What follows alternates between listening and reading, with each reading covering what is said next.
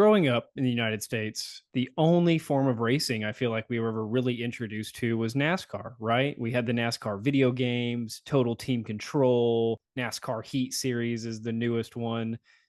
And that's just what we knew. And I'll be honest, I never really got into NASCAR. I know you had a little bit of a phase with it, but man, getting introduced to the world of F1 was eye-opening. Yeah, I was a huge fan of NASCAR as a child. Mainly, it was like exposure kind of thing because IndyCar is obviously very prevalent in the United States, but I felt like NASCAR was better marketed for whatever reason, or maybe it just had the public eyes a lot better. So that's the races that I attended. Definitely would say that when I got introduced to F1 is almost a completely different sport and yet the same concept at the same time. Yep. So today we're going to take you all through some of the differences between NASCAR and Formula One. We're going to talk tracks, atmosphere, rules, teams, and cars. And please understand this is not a comprehensive list, but it's going to be some of the major differences. Welcome to Turn 1, a Formula One podcast.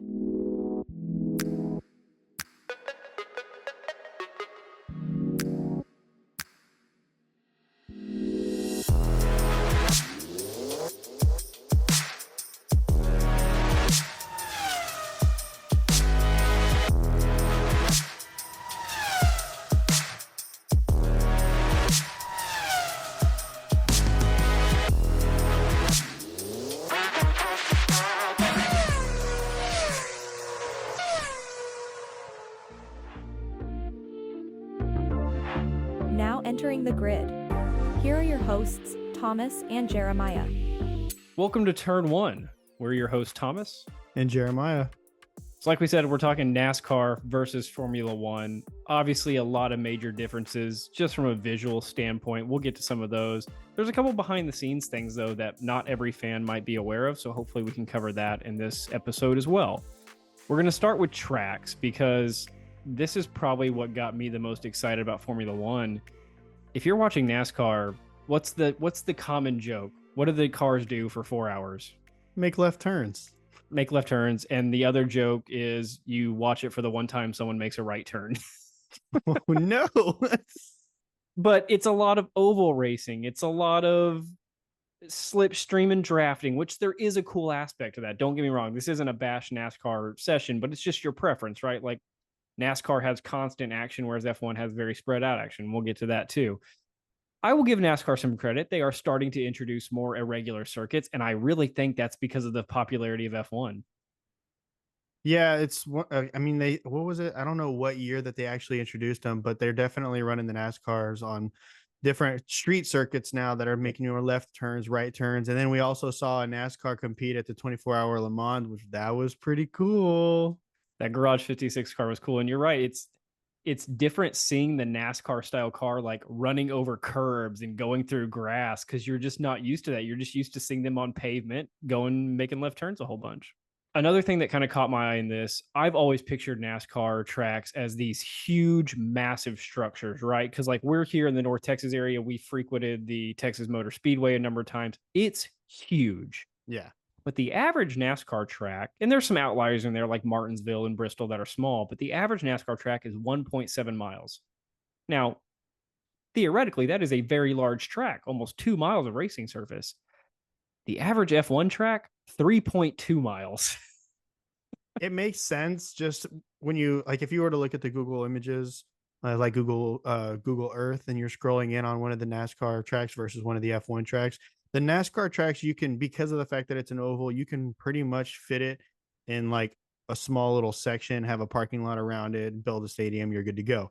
But the F1 tracks, it's a whole ordeal. Like the grandstands and everything, you have to build in different sections because it's not something that like you could just build one grandstand and you can see the whole track like you can in NASCAR. I mean, it goes clear down that way, then turns this way, then goes all the way down that way, then turns back this way. So there's no way you can see all that.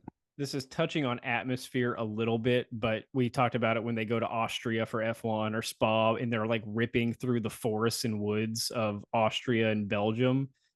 You just don't get that in NASCAR. In NASCAR, it is very, here's large racing structure surrounded by parking lots.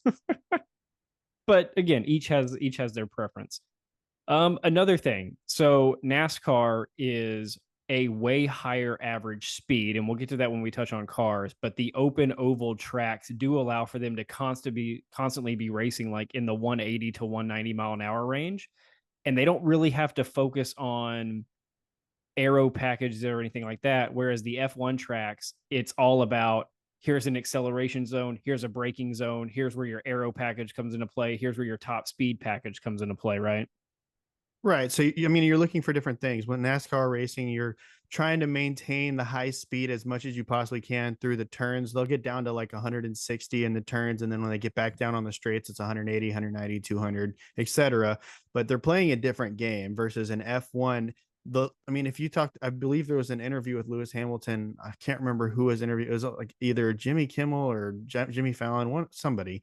Anyway, on that show, he's talking about basically the concept in F1 cars is it's who can get through a turn the fastest. So that's what they're geared for, is going through different styles of turns, whether it's a really tight hairpin or if it's this long banking turn. I mean, it's that's what they're designed for, is that kind of discrepancy between all the different turns. And it's crazy how you say the NASCARs get down to 160 in a turn, whereas again in F1 you might get down to 8 miles an hour in a turn, like a hairpin. Monaco hairpin. A couple more things on track, and then I'll ask you to bring us through some of the atmosphere things. NASCAR obviously has two. We're talking specifically ovals. Again, we know that they've introduced some more street circuit type tracks, but we'll stick with the historic ovals. There's the two big rounded turns. Some tracks might have a turns 3 and 4 at the main straightaway. I think Texas might have a 3 and 4. Atlanta has a 3 and 4. Maybe Talladega does, but they're they're little home straightaway turns. So it's technically considered 4 turns. It's the when you're going into the first turn, that's one turn, and then as you're coming out of it, the exit, that's technically turn 2. So I mean, if you listen to any NASCAR race, the announcer is like, they're coming around turn 4. That just means they're coming down the exit of the second large turn. Like, I mean, whereas in F1 that is one turn. right. And again, correct me if I'm wrong, but in NASCAR, that's not where a lot of the action is taking place in those turns. It depends. So yes and no. The reason why the turns are so important is because you're trying to set yourself up. You're trying to get out of the turn and basically get full throttle as fast as you can, open it back up, because then you can get a run at the car in front of you. But also they'll use the turns just like in F1, where they'll brake later as to kind of dive the corner to see if they can get around the guy and then cause him to have to brake so that he doesn't hit him and kind of like slow down a little bit, keeping him behind him. There's a lot of similarities in that aspect. It's just the approach is completely different. Okay.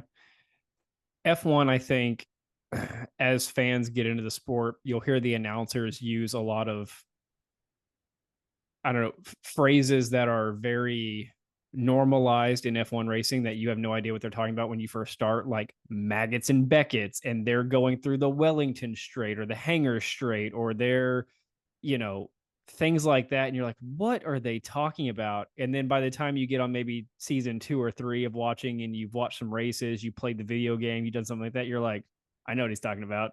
Right. I know exactly where Maggots and Beckett's is. I hate that set of turns. I think they've named almost every famous F1 turn after someone famous or a famous area. Obviously, Eau Rouge and Radillon and Spa are big name ones.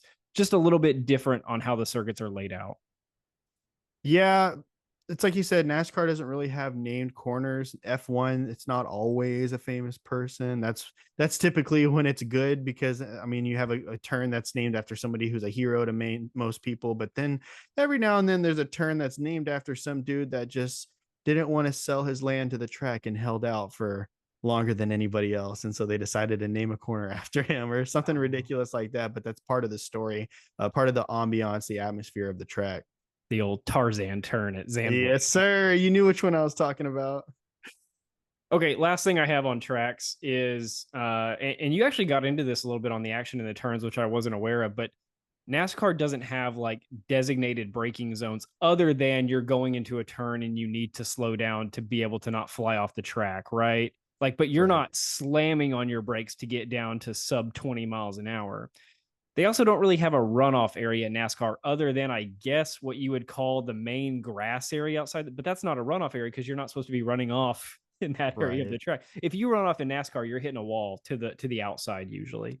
Yeah, and you hear the announcers say it all the time. That anytime they see somebody come into a corner really hot, they're like, "Oh, the wall!" And then you see the car just slowly shift upwards until it taps the wall, and it's just big scene. Because it's that centrifugal force or centripetal force, whichever one it is, that pushes those cars outside. They lose control and they fly off the track. Whereas in F1, you're turning both directions, and so it kind of averages out. But in F1, you do have designated braking zones and you have runoff areas because if you miss your braking zone or you lock up or whatever, you need some room to fly off the track. You need it. Because if you hit that wall in an F1 car, it's a lot different story than hitting it in a NASCAR. Oh yeah. Look at picture behind me and compare the cars. Yeah, I mean, it's just, I mean, they got the roll cage reinforcements on the top of the NASCAR and all these different. I mean, I don't know. They've got a windshield. The F1 cars are pretty safe. I'll say that. They're, especially with all the modifications they made in the past few years. But there's something about an enclosed vehicle that's reinforced on the inside that just feels a little bit safer. like Zhou Guan Yu would have felt a lot better in a NASCAR flipping through Silverstone than his F1 car, I think. Or his helmet skidding the concrete. Jeez. So crazy. It's horrible. Okay, I want to talk about atmosphere because we haven't been to an F1 race, so we have to start with that because that does hinder us in this a little bit. But I have been to multiple NASCAR races at Texas Motor Speedway, so I can kind of give, just because we've watched so many F1 races, I can kind of give my input on the NASCAR side, and we can kind of pick them apart in a way. Sure. NASCAR races are loud. There's a lot of American patriotism because the sport's only in America. So it's one of those things where it's like everybody that's there. I mean, it's the national anthem to start off every race, the giant American flag. It's a whole ordeal. For you F1 fans, the national anthem is not Max Verstappen's national anthem. Yeah, it's not the Dutch national anthem. It's the American. So there's this thing that they do in NASCAR races that I absolutely love. And I understand why they don't do them in F1 cars because it's not really possible. But in NASCAR, they have this thing where they go, "Gentlemen, start your engines." And then all of the NASCARs that are in the pits just, whoa. It's like, it's sweet, man. It's pretty cool. I wish that we just heard all of the F1 cars just fire up all at once after an awesome call like that, something that like some kind of tagline that just hangs through the years. Like this is a cool line. It really is. That's one of the iconic things in F1. I think we're seeing, like, you'll see it on TikTok, like celebrities doing it. Like I think I saw McConaughey doing it recently, or you'll see John Cena doing it. Kevin James doing it. So they'll get a celebrity to do it, or they'll get somebody with a great voice to do it. F1, like Jeremiah mentioned, the cars are so complex that it takes a team of people to properly start them. It also takes a minute. They got to warm up everything in there before they fire it up, or they're going to break a lot of pieces. It's identical to a 1980s diesel Dodge Ram truck where you got to let the glow plugs warm up a little bit. It's the same process. I'll give a quick explanation of what it is. It's that an F1 car is all the different parts, all the pistons, everything is built to the exact size that it would be at running temperature, not when it's cold. So the only way that everything will crank and run properly is if the engine is already at running temperature or at least close when the car is fired up. It's very complicated. The tolerances are super tight, and we'll get to some of that in the money aspect of the sports, where there's a reason some more money is put into those F1 cars. Yeah. Okay. I'll touch a little bit more on the NASCAR ambiance, the atmosphere, and then we'll go into the F1 atmosphere. There's, for the average race, it's about 70 to 90,000 in attendance, which is kind of sad because when I used to go, which I mean, most people would consider it the heyday. It's the Dale Earnhardt Jr., Jimmy Johnson, famous household names that in the sport everybody knew. Back then it was like 150,000 people. I mean, 120,000. It was every single seat was full. All the aisles, there was people walking, and then you would go behind the scenes where all the merchandise is, and somehow all of that's packed. And it's like, hey, how do y'all have seats? Because everybody up there is full. So I don't know. What are y'all just standing the whole race? And not rightfully, they probably are, just because that's the kind of atmosphere that you would see at a NASCAR race in the heyday. And it's really sad to see. It's like half the crowd now, half the attendance. Whenever, well, I was gonna say, whenever we're going through and pulling these attendance, like you go look. I mean, when you look up like largest stadiums in the world, it's like a list of NASCAR tracks, and the fact that probably a lot of them aren't even half full at this point is disheartening. But maybe they can Yeah. fix it. I'm hoping they fix it. They're trying different things. They're adding different strategies. They're changing up the flow. Hopefully it gets some drag. I think that they need to spend more time on marketing, get people to know the drivers, because in F1 it's very personal. We know every single driver. But we'll get touched on this too. There's many more drivers in NASCAR than there is in Formula 1 per race, per team, whatever you want to say. So, I mean, it's a less personal feel. You only really get to know who the big names are in NASCAR. You don't get to know all 40 whatever drivers that there are. Like just the Texas Motor Speedway can hold over 200,000 people. It's on a race day, not a weekend, a race day. Right. Crazy. We'll touch on F1 now, getting into the atmosphere here. First of all, over the course of the weekend, they're going to see about 400,000 fans. Now, granted, that's not all on race day, because that would be astronomical and that wouldn't be possible. They fit about 85 to 150,000 per race, I would say, if you're talking about more of the smaller tracks and how many people they can fit, or the less popular tracks versus the massive tracks. And, I'm sure that number could even be increased, because we haven't even seen what the attendance will be like for the Vegas Grand Prix yet, or Qatar. We'll see how that goes. The main grandstands are on the straight and then at some of the turns, but at the end of the day, if you compare it to a NASCAR track, there's not stands that go around pretty much the entire track. So there are these gaps where there's just no stands whatsoever, no seating, nothing. And I'll argue that I think that adds to the atmosphere of F1, where you are looking at trees, or Yeah, in Bahrain, it's desert, and so that kind of, it's not just stands everywhere. In Bahrain, it's desert. In Saudi Arabia, it's desert. In Qatar, it's desert. I'll give them Abu credit. Dhabi, it's desert. The places with less cool backgrounds have definitely souped up like the lights around the track. Like Abu Dhabi, you couldn't tell that that's in a desert. They've got lights and crazy hotels, and yeah, it's a spectacle. More so on the fan base now in the atmosphere. How about the smoke bombs for Max Verstappen? I mean, I know that that's just for one driver, but the fact that that happens at multiple different tracks means that we have to add it to the atmosphere aspect of Formula One. It happens at least a third of the year. Therefore, it is a regular occurrence. Right. Way I don't think we see that at NASCAR races. You don't see a Kurt Busch blue smoke bomb going off. Not so much the smoke bombs, maybe beer cans, but not so much the orange smoke, I'd say. It's a little bit different. The thing about F1 is that with the popularity growing in America and with the popularity in general in Europe, it's actually growing in attendance every single year. So these numbers that I'm giving you, this 85,000 to 150,000, that's going to change as soon as this season's over, rolling into next season, and probably the season after that and the season after that, as long as the popularity and the marketing keeps succeeding. I mean, we've been watching the live races for 2 seasons now. 2023 is our second season watching the races in real time. And I believe there's probably 1 or 2 races where it hasn't happened, but almost every single race, they'll come on race day and say, we've set a new weekend attendance record for this track. Because Drive to Survive is huge. The Euro market's huge. America's into it now with Miami, Vegas, and Coda. It's taken off. I love it. Okay. Larger individual team support per track. So in F1, you have, you go to Italy and it's the Tifosi. You're just surrounded by these Ferrari fans. You go to the Red Bull Ring and they're wearing Red Bull gear. I mean, depending on what country you're visiting, they have a team that is their standout team for most of the countries, not all, but most of them.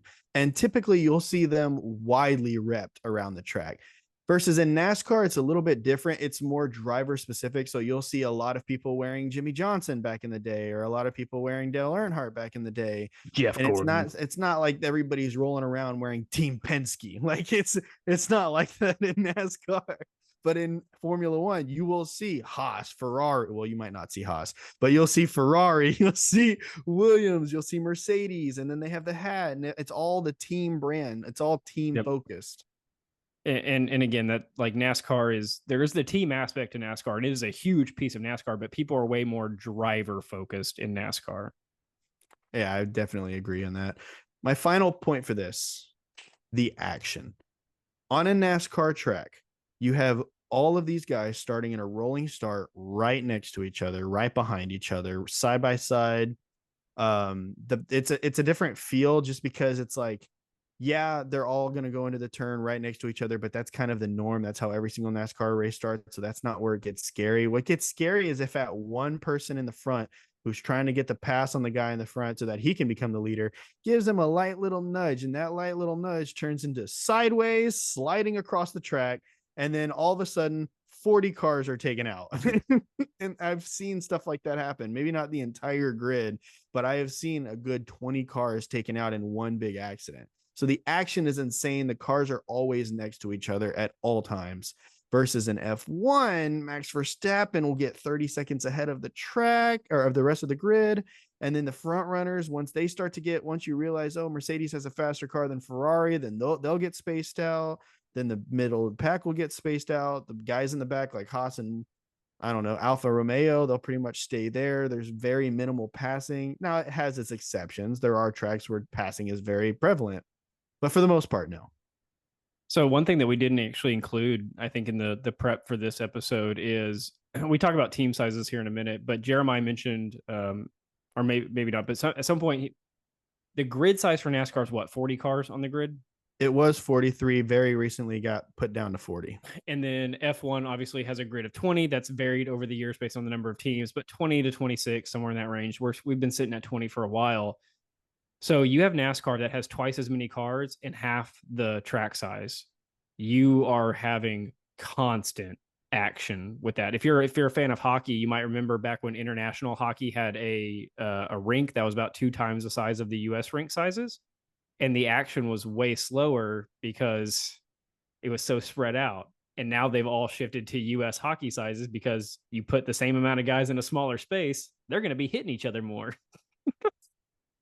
Yeah, it's one of those things. I mean, it's with how many cars, we'll touch on this later too, but kind of in the way that Formula One has the safety cars and they kind of bunch everybody back up to the beginning. They do the start, but obviously they start from a stop.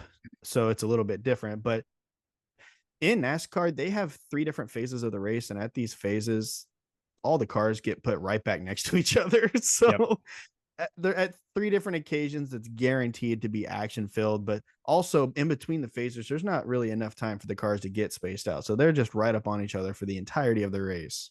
That's where NASCAR, I think, has a significant advantage in action. Whether or not you like the action of bump drafting and all that is one thing, but we've all watched an F1 race where it's the final 45 minutes of just 20-second gaps and nothing happens. And that's a little disappointing from the F1 side. Okay, let's move into some rule stuff. We don't want to get too bogged down in the overall rules and sporting regulations of each thing, but there are a couple major changes that if you're watching these sports, like if you're a NASCAR fan trying to watch F1 and you don't understand, or if you're an F1 fan trying to get a NASCAR, the expectations are drastically different for some of these things. So let's start wrapping your head around that. 1, NASCAR, we're refueling these things. We're putting gas in them. Oh, yeah. We can't have a tank big enough to make these things go 4 hours now at 190 miles an hour. And that plays into the strategy. How much fuel are you going to put in? Meanwhile, F1 cars have had various stints of fueling and no fueling. I'm going to say pretty confidently that we have settled on no refueling for a long time. I think there was so many safety issues that came up every time they tried to fuel up the cars. They're shifting way more to battery power, so the fuel is becoming less relevant of a factor. So no refueling. That leads to this next point, which is the average NASCAR pit stop is 13 to 16 seconds long. If you're an F1 fan, you're like, boys, just retire. Just put the car in the garage. We're done. Because in NASCAR, the average pit stop is 2.4 seconds. In F1. Oh, sorry. In F1, the average pit stop is 2.4 seconds. Thank you. And you will see sub 2-second pit stops, especially from Red Bull. Yeah, it's hilarious too, because being somebody that grew up watching NASCAR but now shifted to Formula One, when I go back and watch NASCAR, they go into the pits, they're sitting there, and I'm like, guys, we got to get back out there. Clock is We're gonna lose bad. But you take into the fact that NASCAR's got the constant action, they have a way longer race. You can, and everybody has to do that same style of pit stop. That's the key. difference. In F1, again, used to have pit stops like that. F1 pit stops used to be a minute long because you had one guy with a hammer and four wheels to change. Hammering out all the pegs to the tire. We got to get this thing off. So the other thing that was crazy, and I didn't know this until we started prepping for this episode, NASCAR can have 5 crew members over the wall. I think I kind of had an idea of that. I thought I would have guessed somewhere between 5 and 7. And that's why it takes a little bit longer, because you've got one guy refueling, a guy on the jack. They jack up each side of the car individually. And correct me if I'm wrong on any of this. It's a little bit slower of a process, but they do it very efficiently for 5 guys.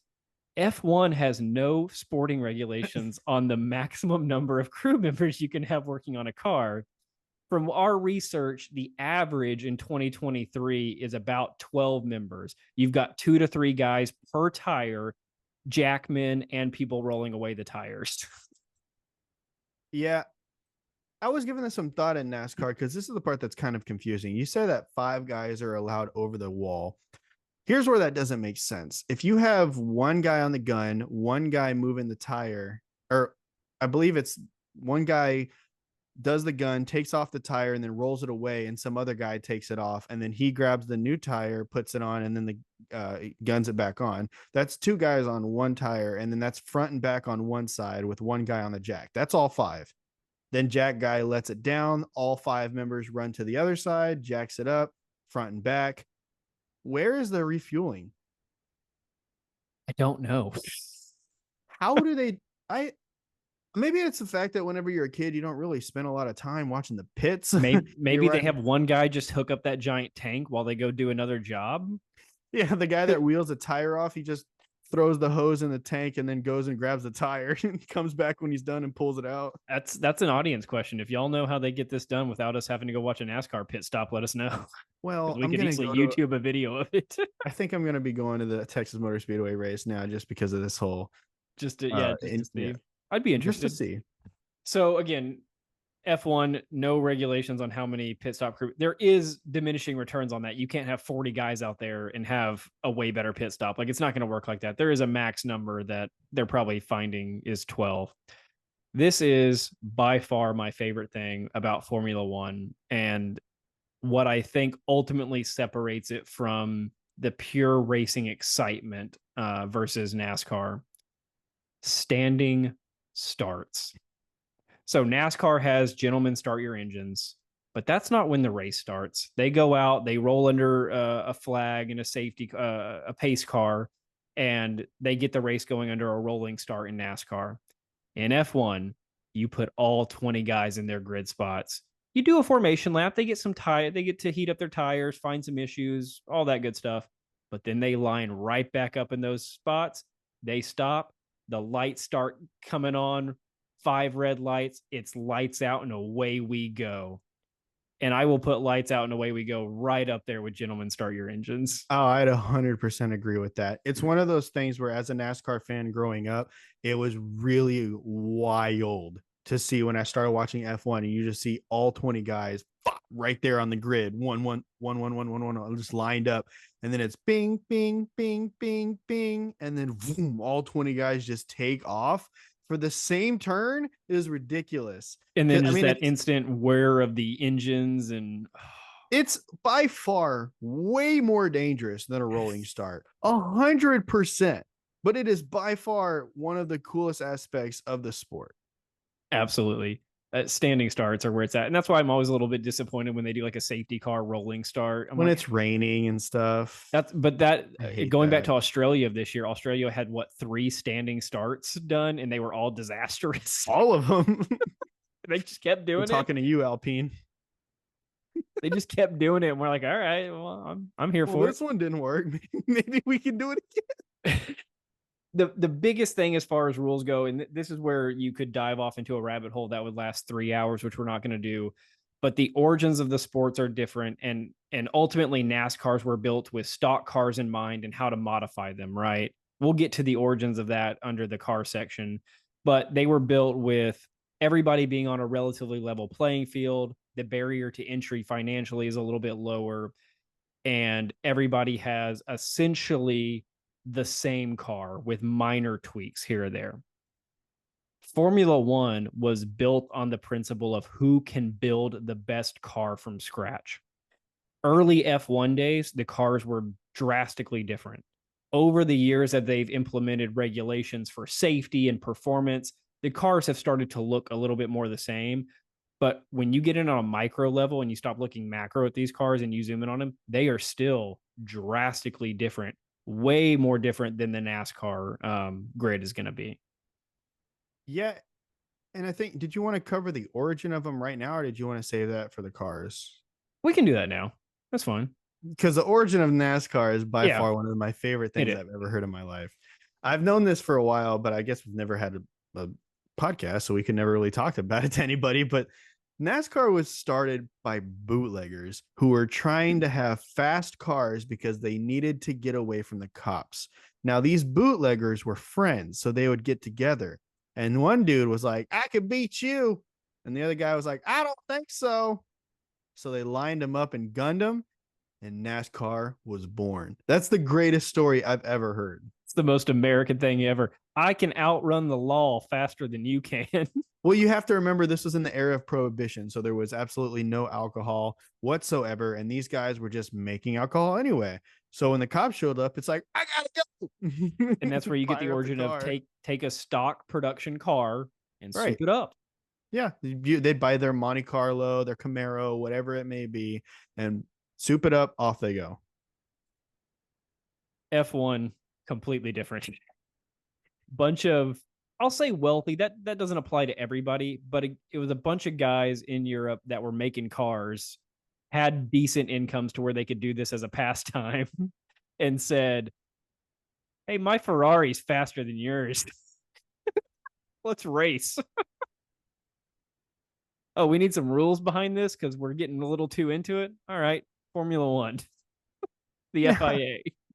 Now, granted, these are very loose stories. It is actually the truth of how it happened, but we are leaving out very, very many details. So we definitely recommend that you go and look up a video on how NASCAR started. That is the story, but they go a lot more in depth. It's actually a really cool watch. The same with Formula One. If you want to go back and watch these wealthy men who basically had ego issues and were trying to say, hey, my car's faster, let's race. Like that, that story is so awesome, but there's many more details that you can watch in a different video. We did an episode on McLaren and, Bruce McLaren and his origin stories.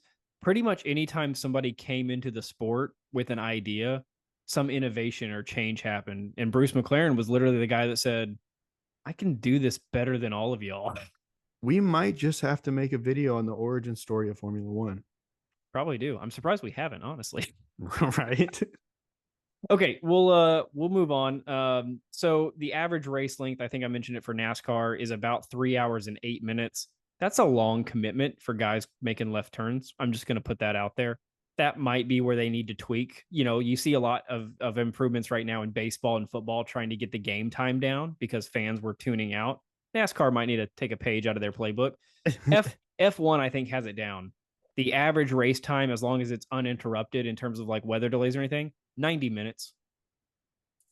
Well, it goes so much further than that. I mean, when you're looking at the actual race of a NASCAR race, they do like over 200 laps in some races. Now, it's not always that many, but it's for the most part, they're doing like 200, 220, 250. Formula One, I think the most I've seen is 80 at Monaco. I could be wrong there, and that's Monaco, one of the shorter tracks, 80.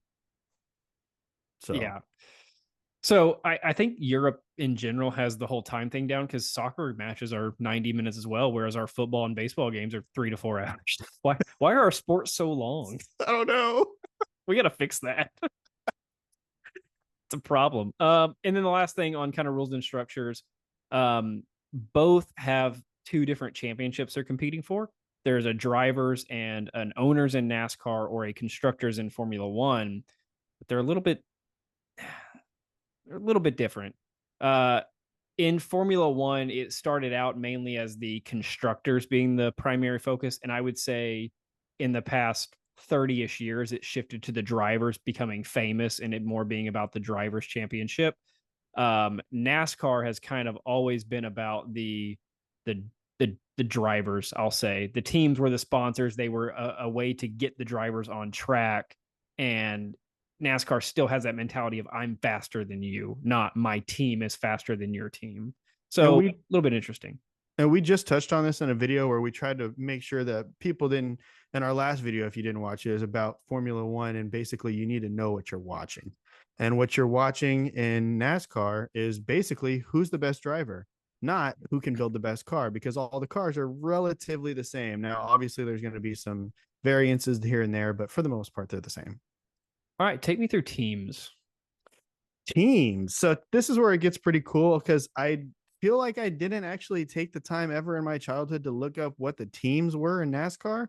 So it was very cool to see that in Formula One, you have mainly car manufacturers. You've got Mercedes, McLaren, you've got Ferrari, Aston Martin. But over in NASCAR, it's a little bit different. I mean, it's kind of varies. I mean, you have Team Penske over here, you have Stuart Haas, you have the Kyle Busch Racing Team. It's a different thing. It's like independent companies or people that partner together to start a team.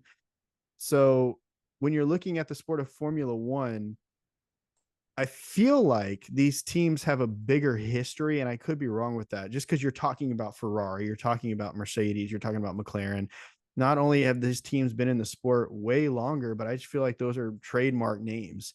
When you're looking at NASCAR, the only teams really that stand out that I know for a fact have history is like Kendrick Motorsport, where it was Jimmy Johnson's dominant 48 car, but I don't know teams because that wasn't the thing that was marketed. It was the driver. I was a huge Hendrick Motorsports guy because, again, whenever you're playing like the NASCAR video games, it would have you pick a team to go sign with. And I'm like, I want to race with Jeff Gordon and Jimmy Johnson. Just give me the fastest team. I don't want to go race in the UPS Dale Jarrett car or whatever it was. No works teams. In F1, you have Mercedes engines, Mercedes teams, Ferrari engines, Ferrari teams. But in NASCAR, that's not the case. Your engine providers are the car manufacturers. You have your Chevy, you have your Dodge, you have your the separate, American manufacturers. But as far as like the teams, there are no Ford, there is no Chevrolet, there is no Dodge. It's independent teams. So there's not going to be that connection with the engine and the car aspect of it. They'll have their sponsorships, like you'll see in Jeremiah's background. He's got the Chevy Monte Carlo, but that's a branding deal more than anything. That is not a Chevy Monte Carlo, by the way. You're not going to go to a store and buy that. It's not going to happen. I'll prove you wrong, sir. Right. Now, this needs to be mentioned because the price difference in these cars is astronomically different.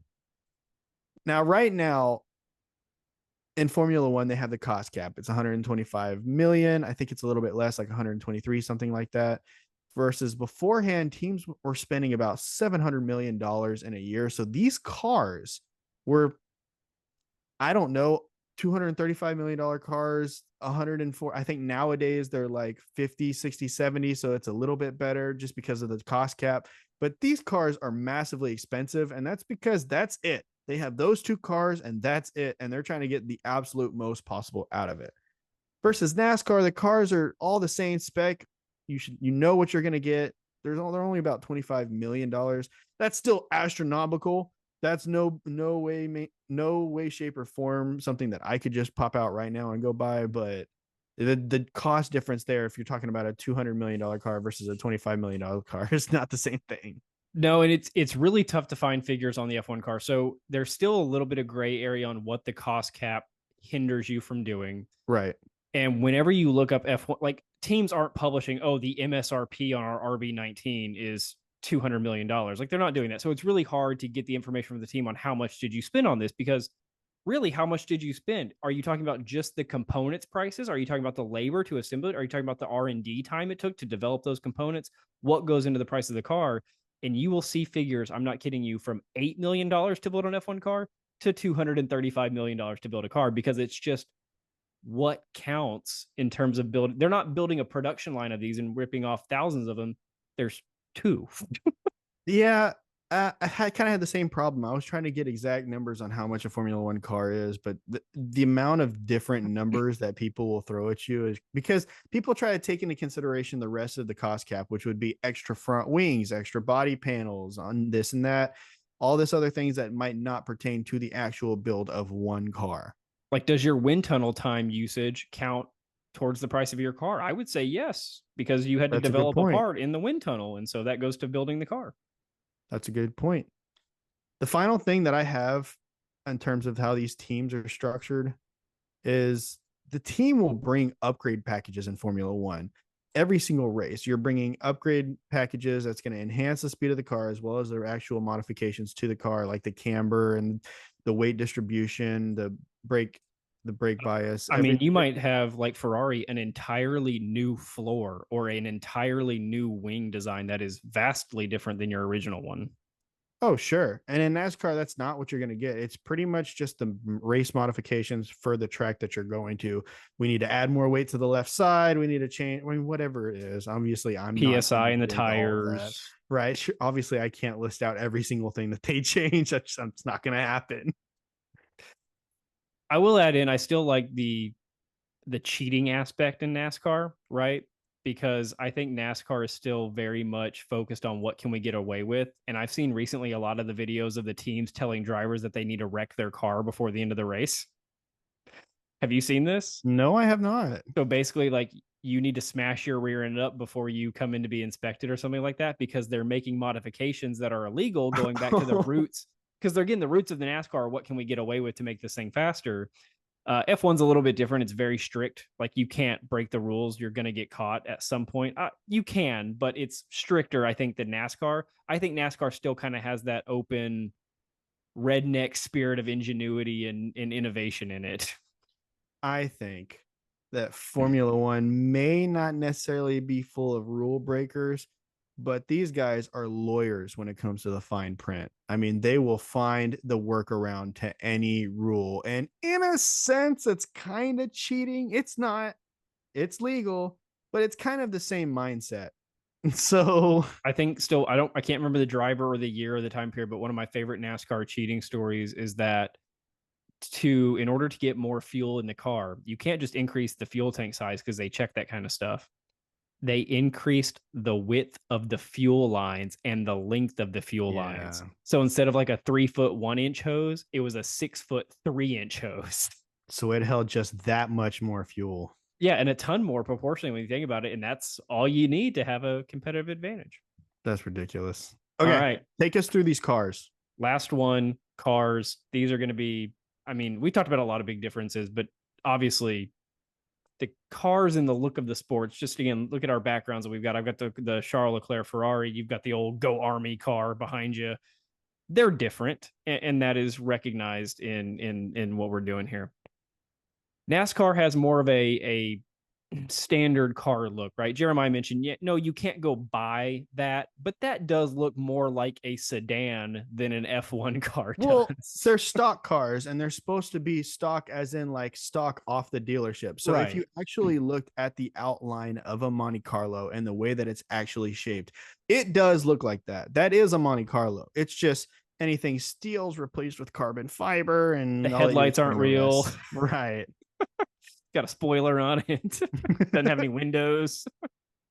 But yeah, so they're more standard looking cars. The F1 cars are open wheel racing, right? And open cockpit racing, which is just a different world that forever I thought, for some reason, when I was growing up, I thought was like not real racing, because I was like, these aren't real cars. These are fake cars. Right. But now I'm like, these cars are awesome. Right. We should be looking at these cars. The NASCARs use the very American V8, naturally aspirated. It's a 5.86 liter, which is pretty specific. compared to NASCAR's turbocharged hybrid V6, which just sounds European compared to the naturally aspirated V8. F1 cars go putter around with your battery and your V6. Meanwhile, we're over here just burning fossil fuel like crazy. Every time you go to the pits, they add another bald eagle to the mix. This is where F1 does start to run away, though. We've seen improvements in engines. That's why F1 was able to scale down from V12s to 10s to 8s to 6s. They're able to leverage battery power because these are turbo hybrid V6s. The hybrid part coming from the battery in the ERS system, which allows the driver to hit little buttons on his steering wheel that says, hey, battery, I want to go faster. And the battery says, okay, we'll go faster. NASCAR, you don't do that. You are solely running off that combustible engine. The battery within it, I'm assuming, is just like a normal car battery that is used to start the car, run the accessories or whatever they need, but not add any juice to the engine. It makes me wonder what would happen if they did pump those babies up with hybrid engines. They probably will. I'm sure it's got to be coming. Yeah, the only thing is I don't want to lose that V8 sound or like the NASCAR sound, because for those of you that love Formula One, you are attached to the sound of that V10s, and even the V8s had their own moment to shine in the spotlight. But in NASCAR, a NASCAR has a very specific sound, and I don't want that to lose or to leave the sport. Go back and listen. I mean, even F1 used to have that sound, right? Like you go listen to like the 2010 startup videos and all that, and it was awesome, and that's gone away, but it's been replaced by better performance. So I guess there's pros and cons to all of this. Right. This one's a little bit tougher to justify. The NASCARs, because of their regulations, it's easy to find that they can get up to about 900 horsepower in these cars. F1, because every team has its own like engine manufacturer and provider, and the regulations are a little loose on actual horsepower numbers. We're looking at about 1050 horsepower in the F1 car. And that's for a thing that weighs 8 pounds. Now, granted, like 250 of that is from the onboard battery that charges the hybrid engine, but you know. Yeah, and again, it weighs about 8 pounds, which is insane. This is where I was wrong. I had always had the impression that NASCAR's top speed was higher than F1 cars. I don't know why I had that impression. I just did, and that was wrong. So F1 cars, on average, through a race, run about 138 miles per hour, which is fast, but they're slowing down a lot. They're going through turns a lot. They're not wide open all the time. There's a few tracks where they run wide open a lot, but it's not all of them. NASCAR's average speed is 193 miles an hour, which is significantly more. So they're going faster more. However, the NASCAR's top speed is about 212 miles an hour. You will probably see that in over half of the F1 races, a driver hit 212 in a season. The top speed of an F1 car has gone is by Mr. Valtteri Bottas in the 2016 Mexico Grand Prix, 231.4 miles an hour. That is absolutely ridiculous. You have to assume, just because I haven't looked it up, obviously that's your stat, but I have to assume that is qualify spec with DRS, with engine on, or with the battery on. Like that has to be full throttle, everything the car has. That was in a race. In a race? That is in a race. Wow. They've run faster out at the Bonneville Salt Flats. We're not counting that because that was souped up for that event. So we use the in the race numbers, which is 231.4. Now they're not hitting that on a regular basis. That's a one-time thing. Yeah. So I would say, I don't know. This is where it gets kind of tough on this one, because I don't know if on average NASCAR hits a top speed faster. You said, well, I guess we do see 212, 213 on average pretty regular. often. It's not overly common, but I think, a lot of straights they might get up to that, especially with DRS. Yeah, in NASCAR, I just know that they run about 200, 205, 210 pretty normally. I mean, the average is 193. Yeah, considering in turns, they might get down to 165. Crazy thing about that Bottas stat, he did that through a turn. No, stop it. That was a straight. Okay, last couple of notes and we'll wrap up. Both sports utilize drafting and slipstream.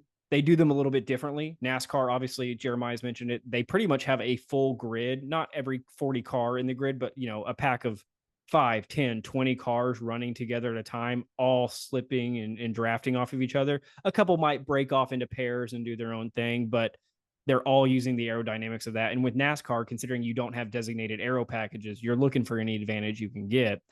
F1 cars, you more so see the one-on-one kind of dogfight style of battle where you're coming up through a straight, you're working your way through a turn, you're trying to get in position behind the car behind you, and then you take off and whip around them because you got that slipstream. I'd say that the NASCAR one, I mean, it's your, like I said, we've been saying this whole episode, but it's so true. It's a different thing. Right. So in NASCAR, one of the strategies that people will use is they'll get behind somebody and they'll use that slipstream in the drafting, but it's different in Formula One than it is in NASCAR. Because in Formula One, the driver behind is the one that benefits from the slipstream, and then he whips it around and goes around. In NASCAR, the driver behind purposely gets up behind the driver in front and pushes him along because them as a team, as a 1 and 2, are faster than one guy who's just out here by himself. So they'll ride like that with that one right in front of the other, just bump drafting for a few laps before they actually break off and change things up. Meanwhile, if you bump draft in F1, the cars explode. Yeah. I mean, that's kind of You're what not would wrong. happen. I mean, try to put that wing up under the back end of an F1 car and see Dude, what happens. I just think of Fernando Alonso when he was at Alpine and he goes right up behind Lance Stroll, who cuts him off, goes brake checks him. airborne. Jeez. Yeah, you can't do that. Last note, DRS in Formula One is a really cool innovation. They did that because the sport was considered to be boring because there wasn't overtaking. And so the regulation said, okay, let's institute something that allows more overtaking opportunities. Let's let them open up this flap on the back of their car and they can go faster. Let's reduce some drag and let them fly, man. Because they've always had the rear wing. And I guess at one point they were just like, what if we could open that thing up? Right. Because they needed the rear wing in the turns, right? It's all about the aero package in the turns. And then somebody said, well, we don't need that on the straightaway. So how do we get rid of it? Let's give them a button. Give them a button, let a hole open up in the back. And so they have that. They also have the aero package, like the front wings and the side pods. I mean, everything on an F1 car is about directing air to a certain spot. The NASCAR, because of their stock car designs, like we talked about, like the Monte Carlo behind Jeremiah, there's only so much you can do aerodynamically, right? Like you might be able to change a couple things, but ultimately you're just relying on your driver's ability to make in-race moves and decisions. Well, this is why every single comparison between a Formula One car and like an actual McLaren P1 or like a Bugatti Veyron or Chiron, whichever one you want to use, Lamborghini, Ferrari, the actual car manufacturer car that comes out, like they might be able to reach a higher top speed, but in the turns, nobody is going to do what a Formula One car does. That car is built for the air to push it to the ground. Yep. In NASCAR, you have a lot of the same thing. That's why the car is built aerodynamically the way that it is. Plus the spoiler on the back does provide downforce, but you're not trying to get a lot of drag. So it's very hard to get any kind of good downforce without producing drag as a subsequent, factor. That takes us, I think, through most of the differences in the sport. Obviously, we left off a lot. So if you have a difference that you want to point out, let us know in the comments. And I'm also interested, if you are somebody that is into both sports, which one did you start with and which one are you more of a fan of now? Guys, if you think that Jimmy Johnson could jump in that Haas and win a race, I'm inclined to believe you, and I stand with you. All right, guys, we'll see you. Bye, guys.